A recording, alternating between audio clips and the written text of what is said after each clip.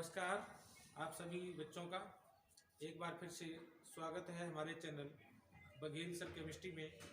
और आज हम आपको अपने इस चैनल के माध्यम से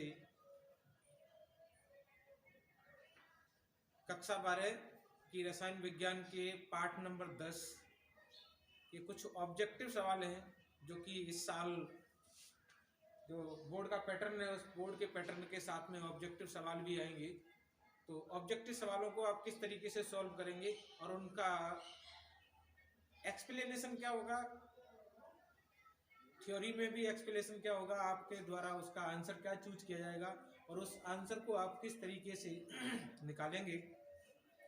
हालांकि जो बोर्ड के द्वारा जारी की गई बुक है उसमें ऑब्जेक्टिव क्वेश्चन नहीं है, तो लेसन के अंदर से कहीं से भी क्वेश्चन बनाए जा सकते हैं। इसलिए हमें क्या है, उस पूरे लेसन की जानकारी होनी चाहिए और उसका लॉजिक पता होना चाहिए। उस लॉजिक से हमारे क्या बनते हैं, क्वेश्चन बनते हैं। तो आइए हम आपको इस पार्ट के कुछ क्वेश्चन देते हैं। क्वेश्चन है हमारा, निम्नलिखित में से सबसे ज्यादा क्वथनांक होगा। मैं क्वेश्चन आपको बोल दे रहा हूँ, ऑप्शन यहाँ लिख दूंगा, बाकी ऑप्शन में से आपको चूज करके बताऊंगा। तो कह रहा है निम्नलिखित में से किसका क्वथनांक सबसे ज्यादा होगा। ऑप्शन लिखिए। नंबर 1 CH3F, दूसरा ऑप्शन है CH3Cl, तीसरा ऑप्शन है CH3I, चौथा ऑप्शन है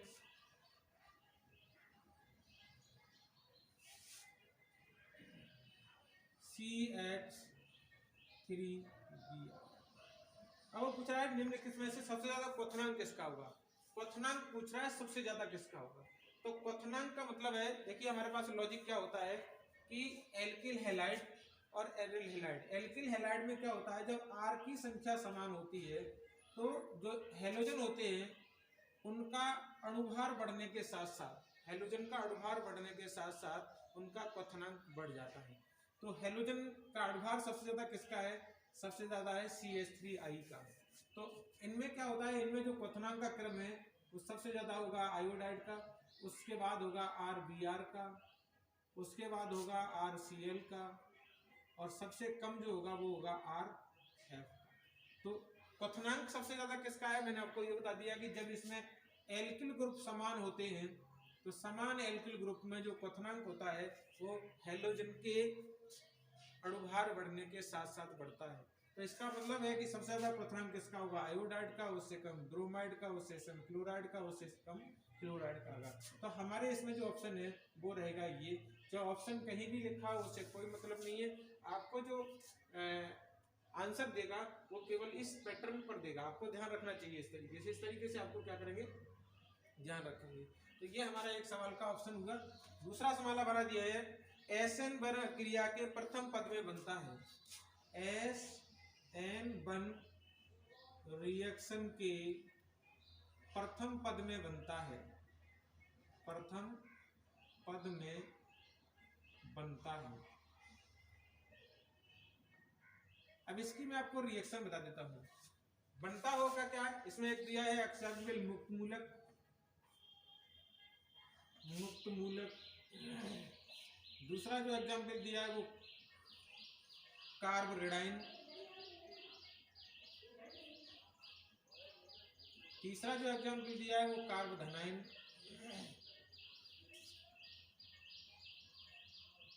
और चौथा जो एग्जाम्पल दिया है वो दिया है मुख्य उत्पाद, मुख्य उत्पाद।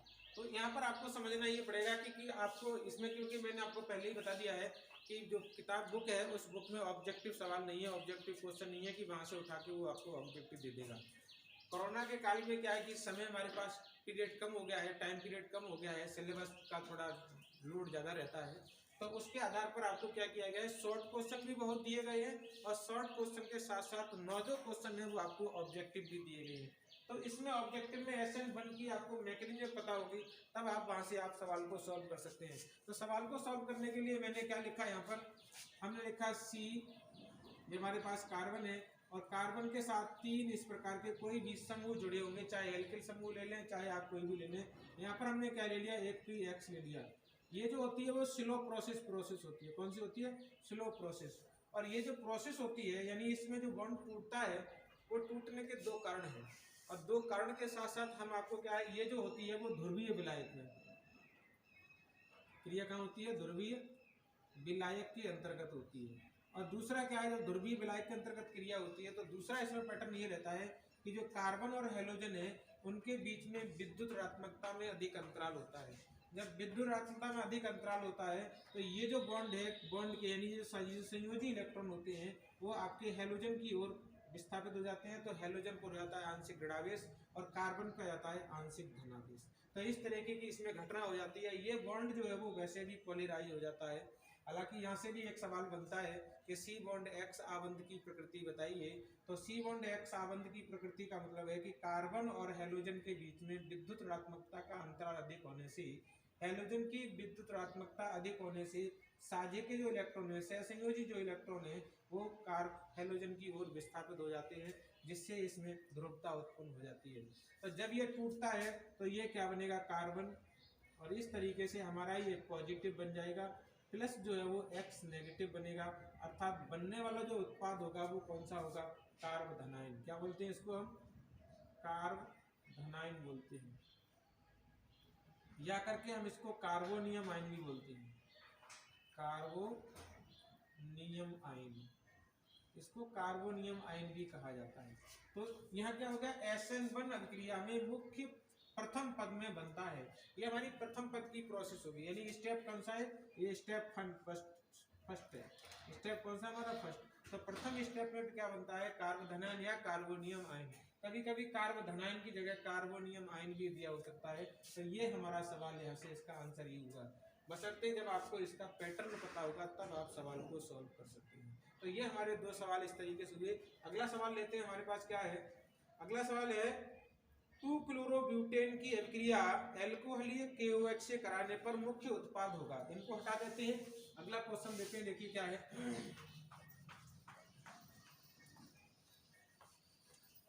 2-क्लोरोब्यूटेन की क्रिया, सवाल क्या है हमारे पास, 2-क्लोरोब्यूटेन की अभिक्रिया एल्कोहलीय KOH से कराने पर मुख्य उत्पाद बनता है। तो देखिए 2-क्लोरोब्यूटेन की क्रिया, ब्यूटेन की क्रिया एल्कोहलीय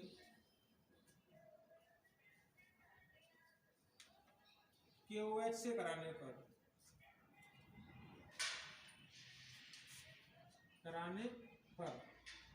मुख्य उत्पाद बनता है, मुख्य उत्पाद बनता है। यहाँ जो मुख्य उत्पाद बनता है उनकी बात कर रहे हैं। तो पहले हम लिख रहे हैं, पहले हमारे पास ऑप्शन भी हम देख ले रहे हैं, क्या है, 1-ब्यूटीन। पहला ऑप्शन है 1-ब्यूटीन। दूसरा जो ऑप्शन है वो 2-ब्यूटीन। तीसरा जो ऑप्शन है वो आपका है 2-ब्यूटेनॉल।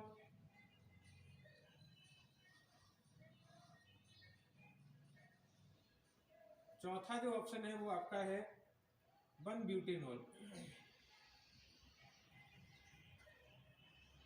चौथा जो ऑप्शन है वो क्या है, 1-ब्यूटेनॉल है।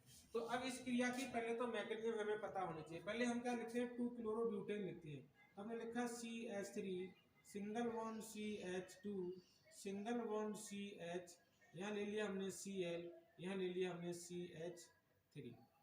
क्रिया किसके साथ करा दी हमने, KOH के साथ क्रिया करा दी। ये हमारा है एल्कोहलीय। एल्कोहलीय के साथ हमने क्या कर दिया, इसको हीट कर देंगे, तब हमारे पास प्रोडक्ट क्या होता है। ये जो प्रोडक्ट क्रिया है, इस क्रिया का नाम है बीटा विलोपन। क्या कहते हैं इसको, बीटा विलोपन क्रिया कहते हैं। तो बीटा विलोपन में 2 चीजें बनती हैं। देखिए यहाँ से क्या है हमारे पास, ये हमारे पास अल्फा पोजीशन का कार्बन है, ये हमारे पास बीटा पोजीशन का कार्बन है, ये भी हमारे पास बीटा पोजीशन का कार्बन है। तो जब हम इसके साथ क्रिया करेंगे तो इसके साथ क्रिया करने का मतलब है यहाँ से आपका क्या निकलेगा, KCl। और KCl जो है वो जब निकल जाएगा तो यहाँ पर आपका जो कैटायन बनेगा वो 2 डिग्री कार्बोकैटायन बनेगा। और 2 डिग्री कार्बोकैटायन के बाद यहाँ से क्या होगा आपका H प्लस जाएगा। तो यहाँ से इसका मतलब है कि सीधी रिएक्शन को हम इस प्रकार भी दिखा सकते हैं, H करके। एक बार HCl यहाँ से भी निकलेगा और दूसरी बार HCl कुछ यहाँ से भी निकलेगा। और HCl किससे क्रिया करेगा? KOH से क्रिया करेगा। जब HCl KOH से क्रिया करेगा तो इस तरीका का जो डेरिवेटिव बनेगा वो आपका डेरिवेटिव प्राप्त होगा आगे जाकर। अब आगे देखिए रिएक्शन क्या है।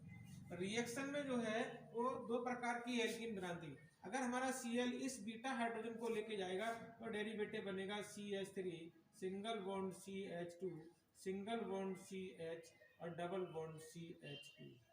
अगर हमारा जो बीटा है वो हाइड्रोजन बीटा हाइड्रोजन यहाँ से जाएगा तो डबल बॉन्ड इसके साथ बनेगा, प्लस दूसरा क्या बनेगा CH3 single bond CH double bond CH single bond क्या बनेगा CH3। तो इसमें ये जो बनती है वो 21% बनती है और ये जो बनती है वो 79, यानी ऐसे कर सकते हैं ये जो है वो 20% बनती है और ये जो बनेगी वो आपकी 80%। तो वो पूछ रहा है कि मुख्य उत्पाद क्या है। मुख्य जो उत्पाद बनेगा वो आपका ये बनेगा, इसका नाम होगा 2-ब्यूटीन। क्या होगा इसका नाम? और ये जो होगी 1-ब्यूटीन। तो हालांकि इसमें बनेगी दोनों, 1-ब्यूटीन भी बनेगी और 2-ब्यूटीन भी बनेगी, लेकिन मुख्यतः जो डेरिवेटिव पूछ रहा है अधिकतम मात्रा में वो आपकी बनेगी 2-ब्यूटीन। तो 2-ब्यूटीन यहाँ से देखेंगे, ये हमारे पास एग्जाम्पल है 2-ब्यूटीन का, अर्थात इसका जो सूत्र होगा वो इस तरीके से ये सवाल सही होगा। अगला जो दे रहा है निम्नलिखित में से SN1 क्रिया के प्रति सबसे ज्यादा क्रियाशीलता किसकी है। अगला सवाल दिया है निम्नलिखित में से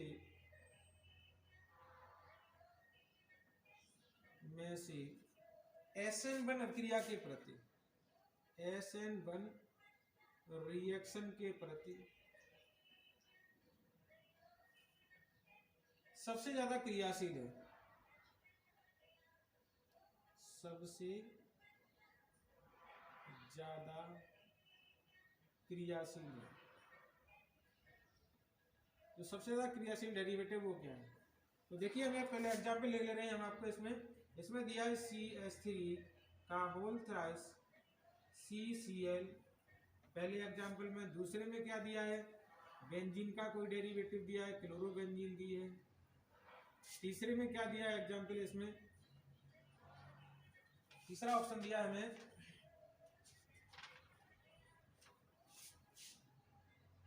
C6H5CH2 और Cl बेंजल क्लोराइड दिया है। और अगला दिया है हमारे पास चौथा ऑप्शन जो है वो है CH2 और Cl। तो इसमें कौन सा ऑप्शन है? देखिए कि आपको जो क्रियाशीलता का क्रम है SN1 और SN2 का मैं आपको दोनों बता देता हूं। इसमें SN1 का जो क्रियाशीलता का क्रम है उल्टा है, यानी यह नंबर छोटा दिया है लेकिन क्रम बड़ा चलेगा। तो वो कौन सा होगा? 3 डिग्री एल्किल हैलाइड का सबसे ज्यादा, 1 degree 2 degree sorry 2 degree alkyl halide का उससे कम, 1 डिग्री एल्किल हैलाइड का उससे कम, और उससे कम जो होगा वो मेथिल का होगा। तो ये तो रहेगा SN1 का। लेकिन इसके बाद जो है वो SN2 के अंदर जो मैकेनिज्म देखेंगे उसका क्रियाशीलता क्या है। SN2 में उल्टा हो गया, क्योंकि बड़ी संख्या पहले आ गई, इसका मतलब है बड़ी संख्या बाद में जाएगी। तो हमने लिखा 1 डिग्री का सबसे ज्यादा होगा मेथिल में, उससे कम होगा आपका 1 डिग्री एल्किल हैलाइड में, उससे कम होगा आपका 2 डिग्री एल्किल हैलाइड में, उससे कम होगा आपका 3 डिग्री एल्किल हैलाइड में। तो अब क्या पूछ रहा है? पूछने वाली बात है वो 1 डिग्री के अंदर पूछ रहा है। सवाल यहाँ से 2 डिग्री के में ही पूछा जा सकता है, जरूरी नहीं है कि आपको 1 डिग्री में ही पूछा जाएगा। सवाल यहाँ से 2 डिग्री का भी बना सकता है। तो इसलिए हमें क्या है, हमें उस पार्ट का सारा फंडामेंटल आना चाहिए। तो यहाँ पर क्या हुआ आपका 1 डिग्री में पूछ रहा है, तो 1 डिग्री का मतलब 3 डिग्री, ये आपका 1 डिग्री है, ये आपका 1 डिग्री है, ये आपका 2 डिग्री है और ये आपका 3 डिग्री है। तो इसका मतलब है कि ऑप्शन इसमें ये सही होगा, ऑप्शन इसमें ये सही होगा, बाकी का ऑप्शन जो है वो आपके रॉन्ग है। अगला सवाल देखते हैं क्या है। देखिए मेन बात जो है वो आपकी क्या है कि आपको पार्ट का फंडामेंटल आना चाहिए।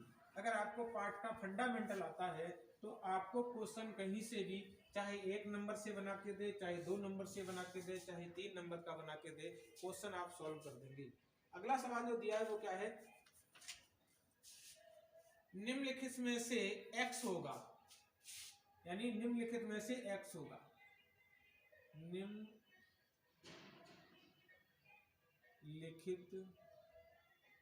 में से एक्स होगा। अब उसने रिएक्शन दे रखी है, क्या रिएक्शन दे रखी है? रिएक्शन ये दे रखी है, ये हमारे पास बेंजीन है और बेंजीन में यहाँ क्लोरोबेंजीन लगा दी है। क्रिया जो करा रहा है वो सोडियम के साथ करा रहा है। इन द प्रेजेंस टू जो करा रहा है वो dry ether, DRY dry ETHER।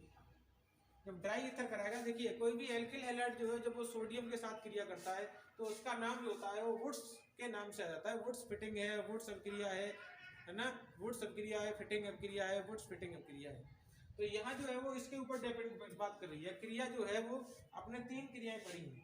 एक का नाम है वुड्स अभिक्रिया। वुड्स अभिक्रिया कहलाती है एल्किल हैलाइड के साथ में। एक होती है आपकी फिटिंग अभिक्रिया। फिटिंग अभिक्रिया होती है वो इनके साथ में। एक होती है वुड्स फिटिंग अभिक्रिया, वो होती है एल्किल हैलाइड और एरिल हैलाइड के साथ में। हम आपको इनकी रिएक्शन लिख के दे रहा हूँ। R bond Cl, R bond X भी लिख सकते हैं यहाँ पर, R bond X plus 2Na plus X bond R। ये जो क्रिया हुई उसे कहते हैं वुड्स अभिक्रिया। क्या कहते हैं इसको? वुड्स रिएक्शन कहते हैं। और यहाँ पर क्या बनता है? R बॉन्ड R बनता है। AR bond X plus 2Na के साथ क्रिया करेगा, प्लस होगा AR बॉन्ड X, तो इसको कहते हैं फिटिंग अभिक्रिया। फिटिंग अभिक्रिया। तो यहाँ पर क्या बनेगा? AR bond AR।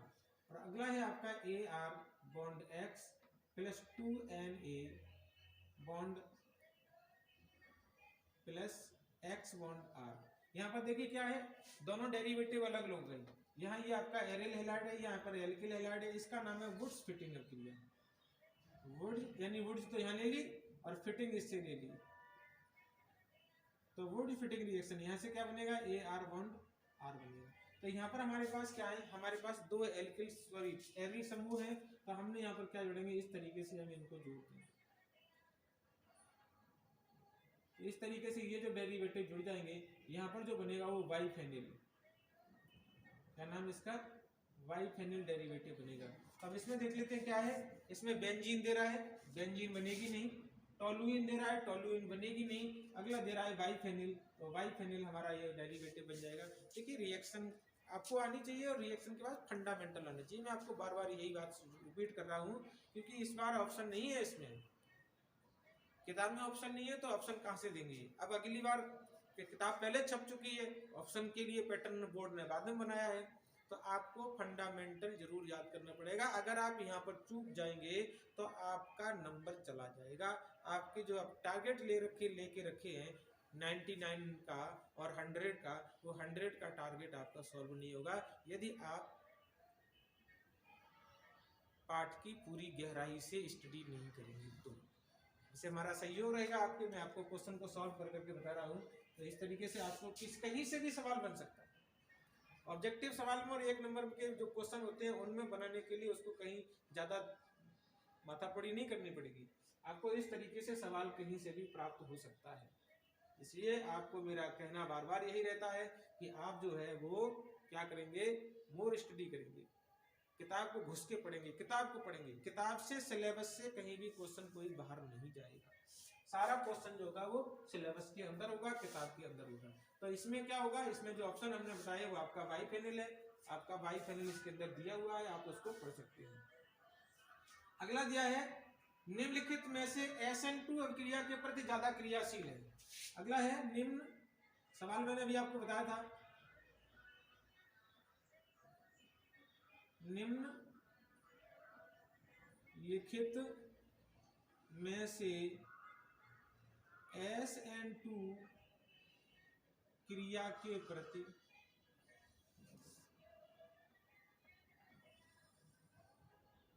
ज्यादा क्रियाशील है।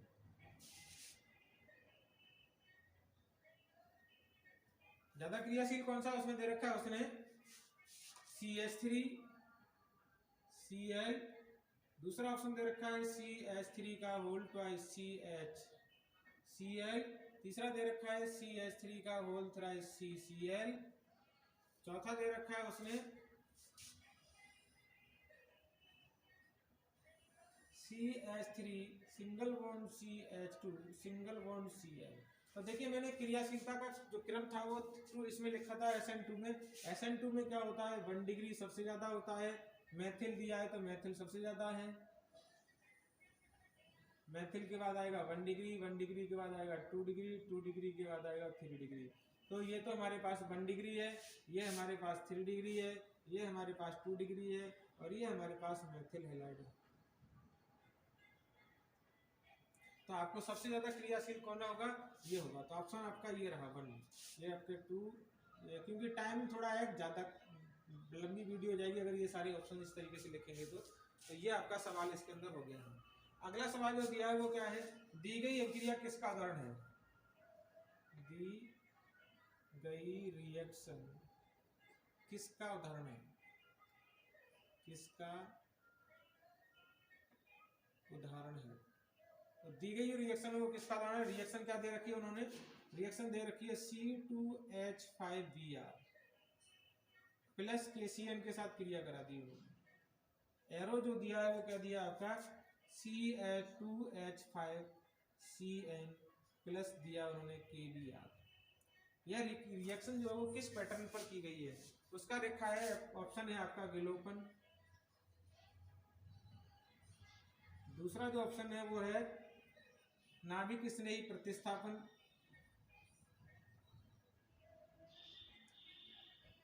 नाभिक स्नेही प्रतिस्थापन,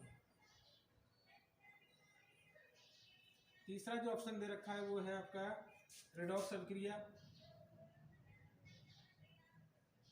चौथा जो ऑप्शन है वो आपका है इलेक्ट्रॉन स्नेही अभिक्रिया,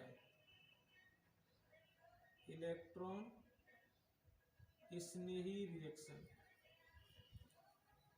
अब देखिए यहाँ पर अब क्या है आपका जो ऑप्शन आएगा वो क्या आएगा, पहले तो हमें इसकी मैकेनिज्म पता होनी चाहिए। मैकेनिज्म रिएक्शन देखते हैं क्या है कि CH3 single bond CH2 single bond Br। मैंने आपको यहाँ बताया था अभी थोड़ी देर पहले पिछले सवाल में कहीं कराया था H और H यानी कार्बन और हेलोजन के बीच में जो बॉन्ड है वो पोलराइज्ड होता है। जब पोलराइज्ड होता है तो यहाँ पर क्या होगा आंशिक नेगेटिव चार्ज आएगा, इधर क्या आएगा आंशिक पॉजिटिव चार्ज आएगा। बाकी के इसके अंदर जो क्रिया है वो किसकी है, K प्लस में होगा प्लस Cn माइनस में टूट जाएगा। ये जो Cn माइनस है वो यहाँ पर अटैक करेगा। तो Cn माइनस जो है वो किस प्रकार का डेरिवेटिव है, ये है न्यूक्लियोफिलिक नाभिक स्नेही। जब नाभिक स्नेही है तो जब इसके साथ क्रिया करेगा और ये यहां से टूटेगा तो इसका क्या होगा प्रतिस्थापन, इसका क्या हो रहा है नाभिक स्नेह हो रहा है और इसका क्या हो रहा है प्रतिस्थापन हो रहा है। तो क्रिया कौन सी हो गई, नाभिक स्नेही प्रतिस्थापन। अब यहाँ पर देखिए कैसे पहचान लेते हैं कि नाभिक स्नेही प्रतिस्थापन है। इस पर क्या है पोलराइजेशन होने से यहाँ पर आ गया माइनस का आवेश, जब यहाँ पर माइनस का आवेश आ गया तो ये प्लस के प्रति आकर्षित होगा और किसी भी परमाणु के अंदर या किसी भी डेरिवेटिव के अंदर जो पॉजिटिव होता है वो उस परमाणु के नाभिक के अंदर होता है। तो इसलिए हमने इसको क्या मान लिया, ये जो हमारे पास क्या होगा नाभिक की तरह कार्य करेगा क्योंकि इस पर पॉजिटिव है, इसने अपना इलेक्ट्रॉन दे रखा है, ये पॉजिटिव है। तो ये नाभिक है, नाभिक के प्रति स्नेह करेगा, दिस इज लिविंग स्पीसीज यानी न्यूक्लियोफिलिक लिविंग स्पीसीज है। तो ये जो कर्मक है यानी जो क्रिया कारक है वो नाभिक के प्रति आकर्षित होगा। तो ये हो गया नाभिक स्नेही, और ये जो पहले से आपका नाभिक जुड़ा हुआ है वो आपका रिमूव हो जाएगा, तो उसे कहते हैं प्रतिस्थापन। तो आपका डेरिवेटिव कौन सा बनेगा, एग्जाम्पल सॉरी ऑप्शन बनेगा आपका क्या कि नाभिक स्नेही प्रतिस्थापन क्रिया के अंतर्गत इसका एग्जाम्पल आएगा। तो ये जो क्रियाएं थी वो आपकी 10वें पार्ट की क्रियाएं थी। ये मैंने आपके ऑब्जेक्टिव सवाल को विद एक्सप्लेनेशन बताया है। तो मेरा बच्चों यही आपसे कहना है कि यदि आपको ऑब्जेक्टिव और इसके अंदर बोर्ड के अंदर, क्योंकि इसमें अब की बात जो है सिलेबस थोड़ा कम कर दिया है, हालांकि सिलेबस कम कर दिया है लेकिन उन्होंने टाइम टेबल घटा दिया है। पहले आपको आधे घंटे का टाइम टेबल घटा दिया है, अब आपको 2.25 घंटे का पेपर मिलेगा, पहले 3.25 घंटे का था, अब आपको 2.25 घंटे का, यानी आधे घंटा जो है इसमें टाइम पीरियड कम कर दिया है। तो मेरा कहना यही है कि यदि आपको 100 में से 100 अंक लाने हैं तो आप क्या करेंगे, हर इस लेसन को डीपली से स्टडी करेंगे, एक बार डीपली से जरूर पढ़ लें तो कहाँ से क्वेश्चन बन सकता है, और उसको एक बार ऐसे पढ़ें ताकि आपको उसकी समरी टाइप क्वेश्चन याद हो जाए। तो हमारा वीडियो देखें, लाइक शेयर सब्सक्राइब करें, दूसरे लोगों को भी भेजें, क्योंकि हमने सारे ऑब्जेक्टिव जो है विद एक्सप्लेन समझाए हैं। हमारा प्रयास और कोशिश यही रहेगी कि आपको 100 में से 100 अंक दिलाएं। जय हिंद, जय भारत।